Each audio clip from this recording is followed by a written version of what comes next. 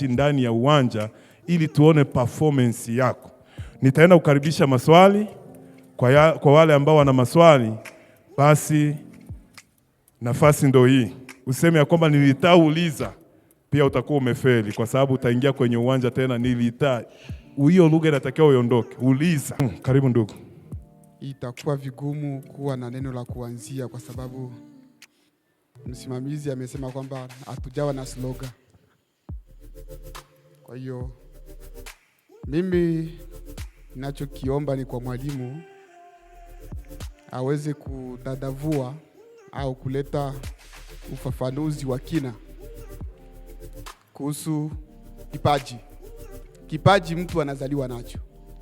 Sasa ikiwa mtu anazaliwa na kipaji, napenda nijue, je, kipaji kinaweza kunolewa? Na ili kwamba ikiwa ndiyo kipaji kinaweza kunolewa na nani? Hiyo tu ndo ningetaka nijue.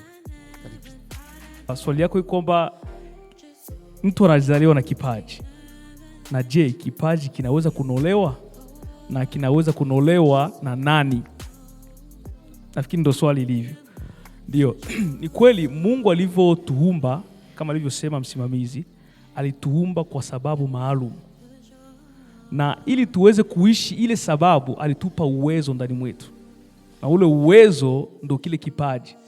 Kipaji ni uwezo ambao Mungu alikupa ambao utakusaidia kuishi sababu ambayo ilimfanya kuumbe. Ndio ile talent yako ambayo uko nayo.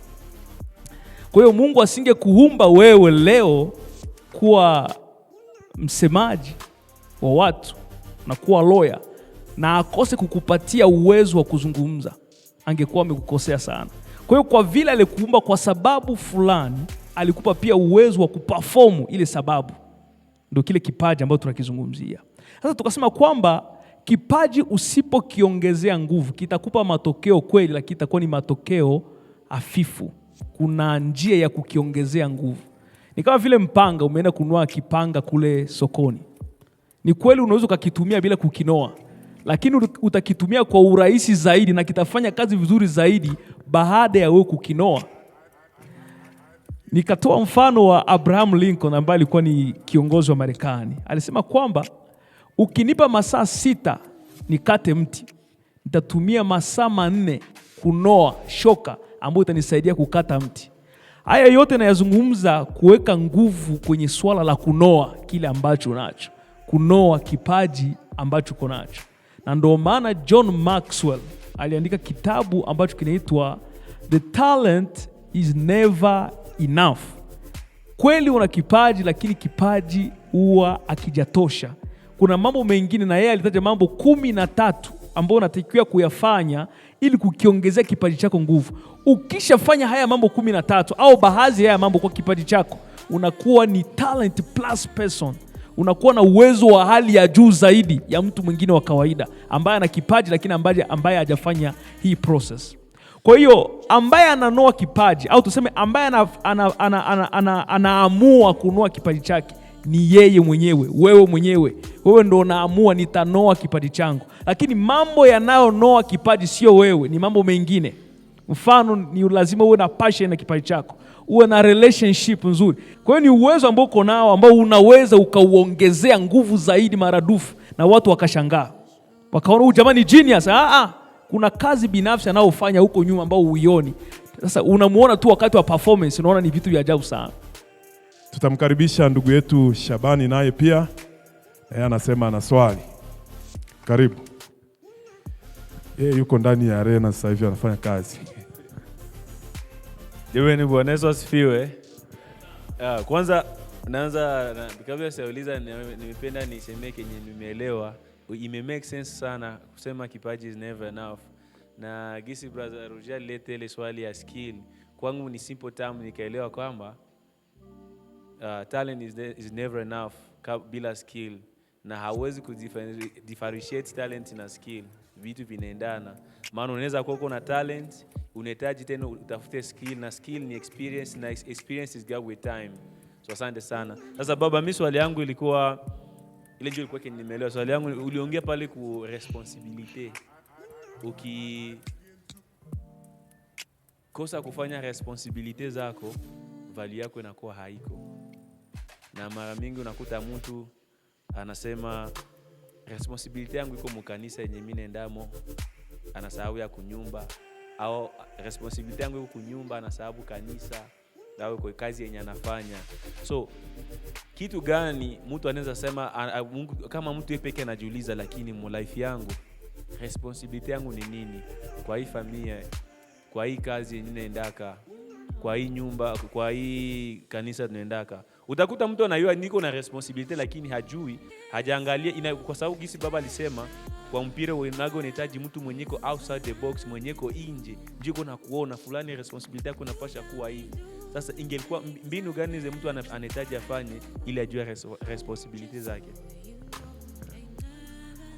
Responsibility ndo ile tunaita majukumu.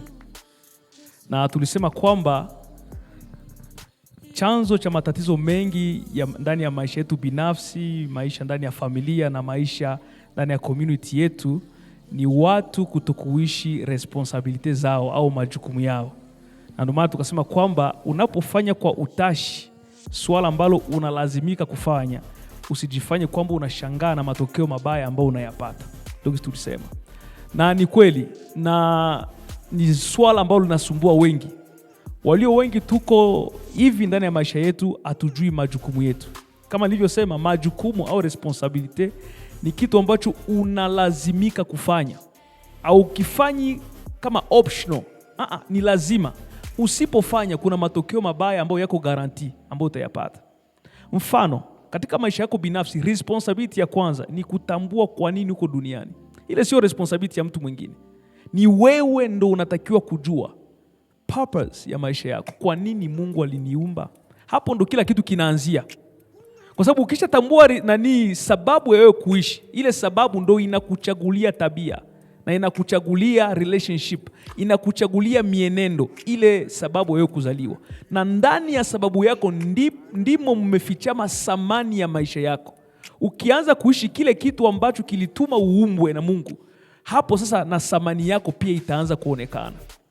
Hii microphone ambayo inanisaidia kuzungumza sasa hivi, sababu yake ndo hii, kupaza sauti. Isipopaza sauti, tutaitupa na tunachukua nyingine. Kwa nini? Aiishi majukumu yake. Kama wewe uliumbwa na Mungu kuwa mtu wa aina fulani na unakaa nje ya ile jukumu, hauna maana. Ni sawasawa ni mtu ambaye ushafariki lakini bado unaishi duniani. Na hawa watu ndo watu ambao wanaongoza kuwa shida ndani ya jamii. Ndo wana affect sana jamii. Kwa nini? Wapo, yuko huku, yuko kule, yuko ajui ni nini specifically ambacho anatakiwa ukifanya ambacho kinaweza kuleta impact. Mtu ambaye anajua kusudi ya maisha yake ni mtu ambaye analeta impact, na maana positive change pale alipo. Kwa maisha yake binafsi utamuona unasema huyu jamaa yuko hivi. Kwa maisha ndani ya familia yake na mpaka ndani ya jamii yake. Kwa hiyo source number 1 ni wewe kutambua majukumu yako na ni kusudi lako la kuumbwa ni hipi. Hiyo ni responsibility ya kwanza. Na responsibility ya pili ambayo inaendana na hii ya kwanza, kama hujatambua hii ya kwanza, haya mengine yote huku yanakuwa kama vile yameasiriwa. Kwa sababu tunasema kwamba ni responsibility ya kujitunza. Kujitunza na maana pale unaanza kuangalia ni wapi naweza kufika, ni wapi siwezi kufika. Nini naweza kunywa, nini siwezi kunywa. Nini naweza kula, nini siwezi kula.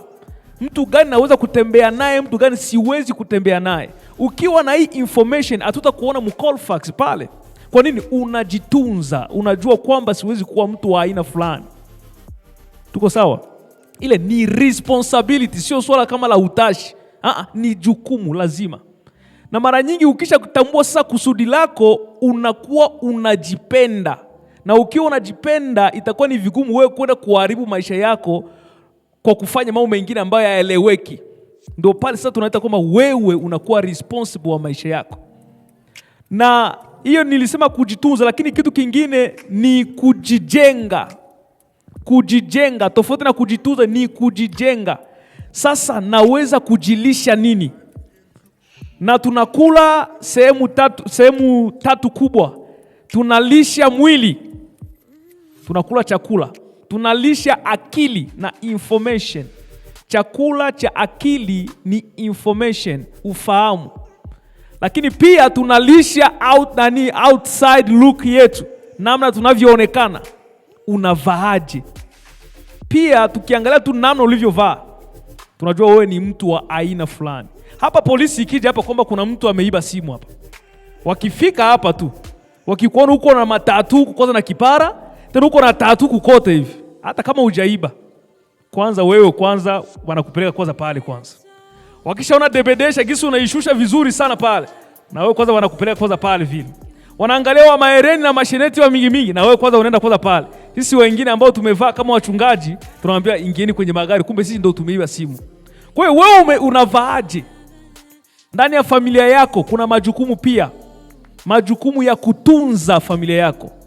Na tofauti na kutunza, pia kulinda familia yako. Kama mimi ni mzazi, natakiwa kujua watoto walikula nini na watakula nini. Kitu kingine, natakiwa kujua watoto wangu wako safe. Lakini pia natakiwa kujua baada ya mimi kufariki, watoto wangu watakuwaje. Kwa sababu kitu muhimu sio kile ambacho unawaachia watoto. Kitu muhimu ni kile unachokiacha ndani ya watoto. Ndio urithi mkubwa zaidi. Kwa hiyo watoto uliwaachaje baada ya wewe kufa, ni kitu ambacho leo unatakiwa uanze ukifikiria. Usikue tu ile kwa sasa unataka kufariki, unaita kaka yao ule mkubwa anapita hapa, asema unaona hivi sasa na kuachia watu hawa, utajua watoto wako kisi utawaoea na kisi utafanya. Sasa unasema mzee, na maana wewe unanirisisha watoto, sina pesa, sina chochote. Kwa nini? Yule mzee akufikiria ya mambo kabla. Baba ambaye uko hapa na mama ambaye uko hapa, ni jukumu kuandaa maisha ya watoto wako baada ya wewe kutoweka hapa. Ni responsibility. Usipofanya ya mambo, tunaanza kunotice ndani ya familia yako. Mtoto wako ameonekanaje saa 7? Hakuna ulinzi, hakuna ufuatiliaji. Kwa nini? Hauko unaishi ndani ya majukumu yako.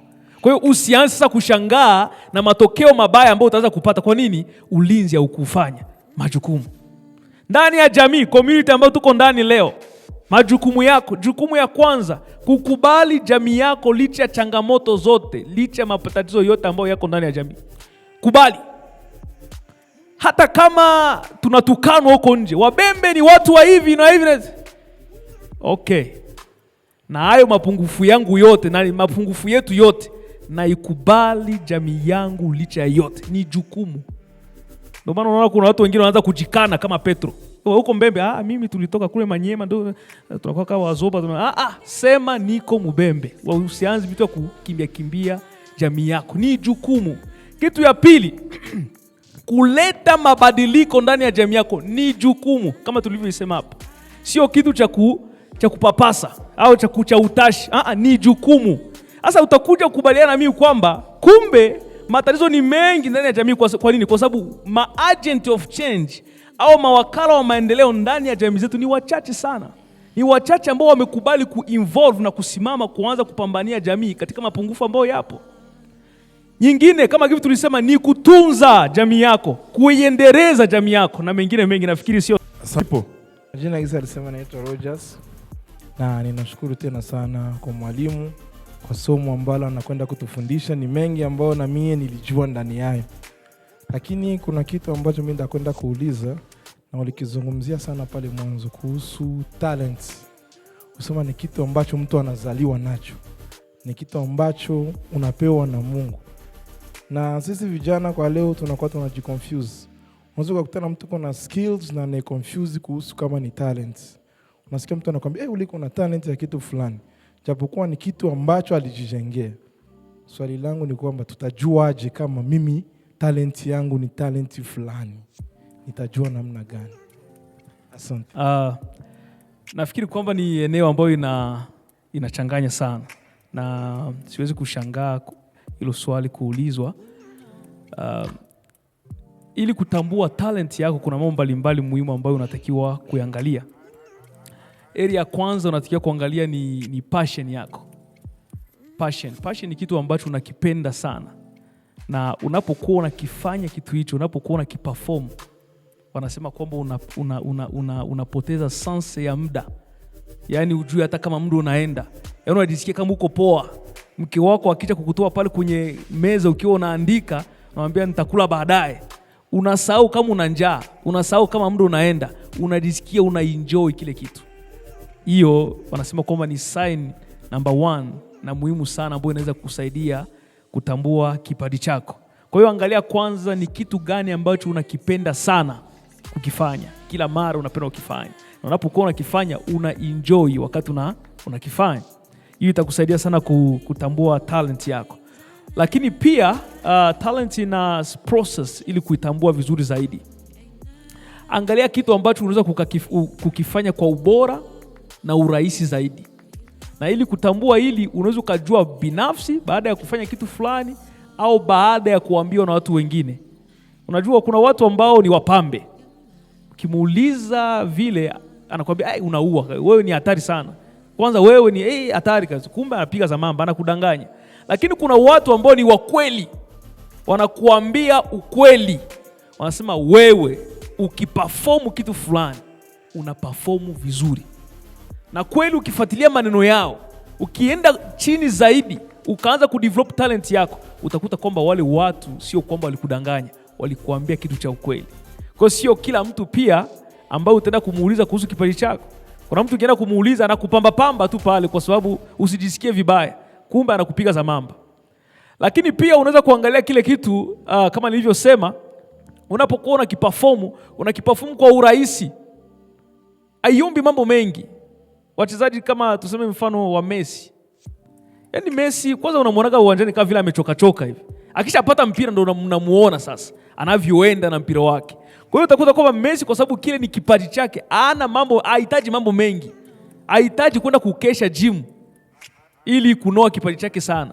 Kwa nini? Tayari ni kitu ambacho kiko ndani mwake. Sasa akishaenda gym sasa ndio inakuwa hatari na hatari na hatari. Ndio maana nakwambia kwamba talent plus skill wanakuambia ni supernatural human. Unakuwa ni supernatural. Unafanya mambo ya ajabu ambayo kila mtu anashindwa kuaminia. Sasa skill, kama nilivyosema, skill ni kama vile ni talent ambayo unaitengeneza. Sio kwamba ulizaliwa nayo, unaitengeneza baada ya kupenda kitu fulani sana. Ukakipenda sana, ukaanza sasa kujifunza na kujifunza na kujifunza. Kupitia practice na experience ambayo unaipata mara kwa mara na kufanya kwa muda mrefu, ile inajitransform kuwa kama ni ability fulani ya kufanya kitu fulani kwa urahisi pia. Lakini haukuzaliwa nayo, ulitengeneza. Na ndio maana nilisema kwamba we still have room kwa sisi wengine ambao tunafikiri kwamba hatuko wazuri kwa kitu fulani. Unaweza bado ukatulia, ukakaa chini, ukaweka nguvu na ukajifundisha kile kitu na ukajua pia na ukawa unafanya vizuri pia. Licha ya kwamba yule ambaye yuko na talent akijifunza na akiweka nguvu ya kutafuta skills za kuongeza ku talent yake, hauwezi kumfikia. Lazima utofauti utaonekana tu.